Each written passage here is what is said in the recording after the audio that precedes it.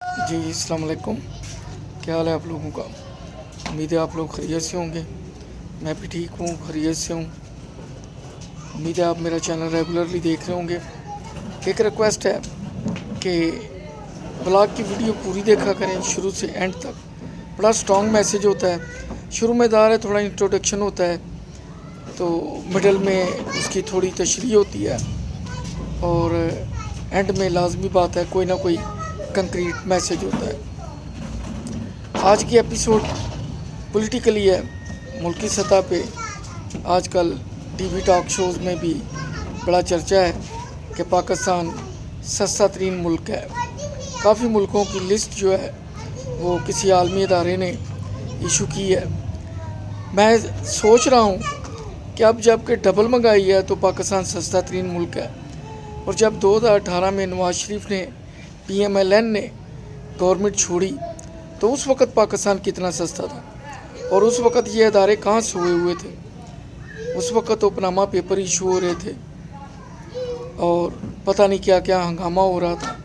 मुझे लगता है कि ये जो रिपोर्टें बनाने वाले हैं ये भी बाइस्ड है, क्योंकि एक चीज़ तो जहन में खटकती है और सच भी लगता है कि किसी भी मुसलमान मुल्क में अमन व अमान, पॉलिटिकल स्टेबिलिटी और लीडरशिप उसका हमेशा ही फुकदान रहे। अब देखेंगे इस्लामी दुनिया के जितने बड़े बड़े लीडर थे, कोई अपनी तभी मौत नहीं मरा।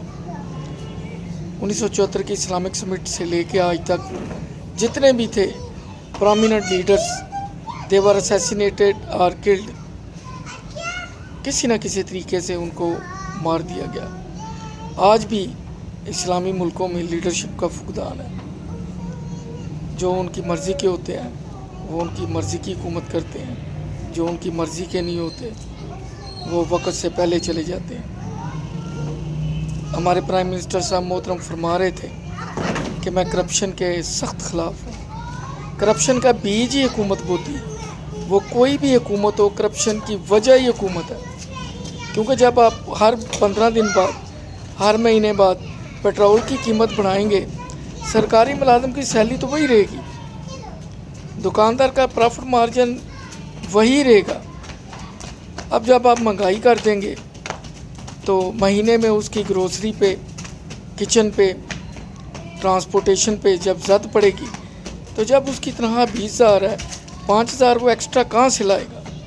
बड़ा को मोमन होगा तो बेचारा डटा रहेगा, पंखा लगा के शायद सो जाए या हाथ वाला पंखा जल के, AC तो उसके बस की बात ही नहीं है। आम आवाम तो पैदा हुए हैं कि वो हुक्मरानों को कमा के दें और हुक्मरान उस पर अयाशियाँ करें।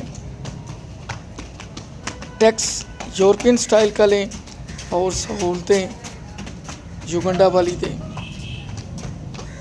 फ़ौज ज़फ़र मौज है हर सूबाई गवर्नमेंट में मिनिस्टरों की, उनके अखराजात, उनकी नई गाड़ियाँ, टेलीफोन बिल, बंगलों की मेंटेनेंस, ये पैसे सारे चले जाते हैं। फिर हमारे हुक्मरान फरमाते हैं कि अवाम टैक्स नहीं देते। टैक्स तो वो भी बचा देता है जो जिसको पैम्पर लगता है और जो दूध पीता है, क्योंकि पैम्पर पे भी, दूध पे भी 17 से 20% तक टैक्स है। इतने पैसे जाते कहाँ हैं? मोटरवे पे जाएं, वहाँ पे टूल टैक्स है, टेलीफोन, मोबाइल, बिजली का बिल, इलेक्ट्रिसिटी, हर चीज़ पे टैक्स है। और ये पैसे जाते किधर हैं? बैंक में चेक बुक है, बैंक में ट्रांजैक्शन है, हर जगह पे, हर कदम पे टैक्स है। और ये इतने पैसे फिर जाते कहाँ हैं? ये अगला सवाल है। और जब गवर्नमेंट बेवक्त चीज़ों की कीमतें बढ़ाती है तो सरकारी मुलाजम हो या किसी सिविल अदारे में, वो अल्टीमेटली उसके पास कोई चारा नहीं होता कि वो कुछ बुरा काम करे और जो अपना 5-10 हज़ार का डिफरेंस है वो पूरा करे। आज से 20-25 साल पीछे चले जाएं तो मिडल ईस्ट में लोग वो गए थे, सीधी बात है, अगर किसी को बुरा लगे, जिनसे मोहल्ले वाले भी तंग थे और कहते थे जी ये पतंगे उड़ाता है, ये गोलियां खेलता है, ये फिल्में देखता है, ये आवारा, इसे बाहर भेज दो। बाहर जाके वही हाजी हो गया, वही नमाजी हो गया, उसी ने अपने माँ बाप को पैसे भेजने शुरू कर दिए मकान बन गए, बहन भाइयों की शादियाँ हो गई, और वही बंदा सीधा मोमन। क्यों? कि उसे माकूल तनख्वाह मिलनी शुरू हो गई, उससे अच्छा माहौल, अच्छा मुआशरा मिल गया, सबसे पहले उसकी ज़रूरत पूरी होने लगी, और उसने कोई भी बुरा काम करना और सोचना भी छोड़ दिया। तो गवर्नमेंट खुद मजबूर करती है लोगों को, वोट भी हमारा, टैक्स भी हमारा, और जब गवर्नमेंट फेल हो बिजली की चोरी रोकने में, गैस की चोरी रोकने में, करप्शन को रोकने में, तो उस पर जो कमीशन बने, जो TADA बने, वो भी हम दें, और रिज़ल्ट क्या निकले? ज़ीरो। ये कहाँ की, ये नाइंसाफ़ी है, ये ज़्यादती है, ऐसा नहीं होना चाहिए। करप्शन लोगों ने नहीं रोकनी, करप्शन गवर्नमेंट ने रोकनी है। गवर्नमेंट को चाहिए कि कीमतें फ्रीज़ कर दे एक जगह पे 6 माह के लिए। मैंने पहले भी कहा था, ये पेट्रोल की पहले महीने बाद थी, अब 15 दिन बाद होती है। हर 15 दिन बाद महंगाई का नया तूफ़ान आता है। फिर मैं सुन रहा था जी, अरबों डॉलर दालों की दरामद पे ख़र्च होते हैं। हम एक ज़रई मुल्क है, बड़ी सरप्राइज़ न्यूज़ है कि हम दालें भी इंपोर्ट करते हैं। मजाक लगता है, इतनी बड़ी हमारी ज़राअत है, कुदरत ने ज़रई मुल्क को दुनिया का सबसे बड़ा नहरी निज़ाम दिया हुआ है, फिर उसके बाद भी अगर हम दाल इंपोर्ट करें तो ये अचंभे की बात है। पिछले 2 साल चले जाएं तो उससे पहले हम चीनी एक्सपोर्ट कर सकते थे, गंदम एक्सपोर्ट कर सकते थे, आजकल हम इंपोर्ट कर रहे हैं। ठीक है, कोविड आया है, लेकिन उसका इतना इम्पेक्ट भी नहीं होना चाहिए। अब अगर कहते हैं सबसे पहले तो तालीम का नुकसान हो रहा है, अगर 18 साल के ऊपर की वैक्सीन है तो 18 साल के नीचे वाले बच्चों के स्कूल खोल दें, उन्हें क्यों बंद करते हैं? सीधी बात है। कितनी देर अब हम मार्क्स दे के बच्चों को अपग्रेड करते रहेंगे, अगली क्लास में बिठाते रहेंगे? इसका इम्पेक्ट जाके आगे आएगा। जो बच्चे मैट्रिक में थे या FA में थे, हायर एजुकेशन थी जिनकी, सब उनका सिस्टम तहस नहस हो गया। इसका इम्पेक्ट बाद में पता चलेगा, अभी नहीं है। फिर अगर कहते हैं जी 50% के साथ ट्रांसपोर्ट चलेगी, तो बस वाला, वैगन वाला आधी सवारियां बिठाता है और एक सवारी से डबल किराया वसूल करता है। ये कहाँ की नाइंसाफ़ी है? कुछ समझ नहीं आती क्या हो रहा है।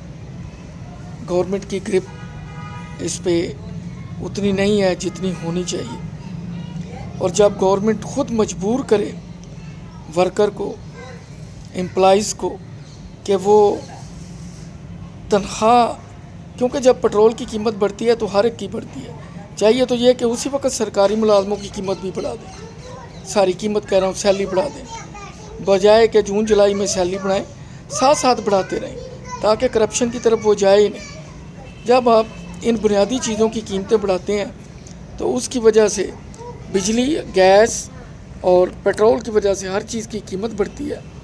तो जब कोई भी मुलाजम, कोई भी वर्कर, कोई भी एम्प्लॉय जब बाज़ार से चीज़ें लेने जाता है तो जो ग्रोसरी उसकी 1000 की थी वो अब 1200 की आती है। वो फ़िक्रमंद होता है, हाँ वो मोची है, नाई है, धोबी है, वो अगले दिन हर चीज़ का रेट बढ़ा देता है। इस तरह लोग सड़कों पे क्यों नहीं निकलते, इसकी भी एक वजह है। लोग कहते हैं ये करेंगे क्या, हम निकलेंगे तो ये क्या करेंगे। इतने इदारे होने के बावजूद भी अगर करप्शन नहीं रुकती तो सिर्फ हुक्मरानों के चेहरे बदलने हैं, नीचे कुछ नहीं बदलना। लिहाजा लोग अब सड़कों पे भी आना छोड़ दिया है। हाँ, गुस्से का इजहार कर देते हैं सोशल मीडिया पे, TV टॉक शोज़ में, लेकिन उनको उम्मीद को किरण नज़र नहीं आती। उसकी एक वजह यह भी है कि जो लीडर थे, सियासतदान और लीडर में बड़ा फ़र्क है। सियासतदान मैं भी हो सकता हूँ, एक मोची, नाई, धोबी, आम आदमी भी हो सकता है, लेकिन जो लीडर होता है उसका विज़न होता है, वहींदा उसकी अपने मुल्क की और इर्द गिर्द की और सरहदों की और हमसायों की आइंदा 20 साल की स्ट्रेटजी पे और आने वाले हालात और वाक़यात पे नज़र होती है, उसे लीडर कहते हैं। یہ لیڈر نہیں ہے. یہ تو آج فیصلہ کرتے ہیں کل بدل دیتے ہیں, ویک بعد بدل دیتے ہیں.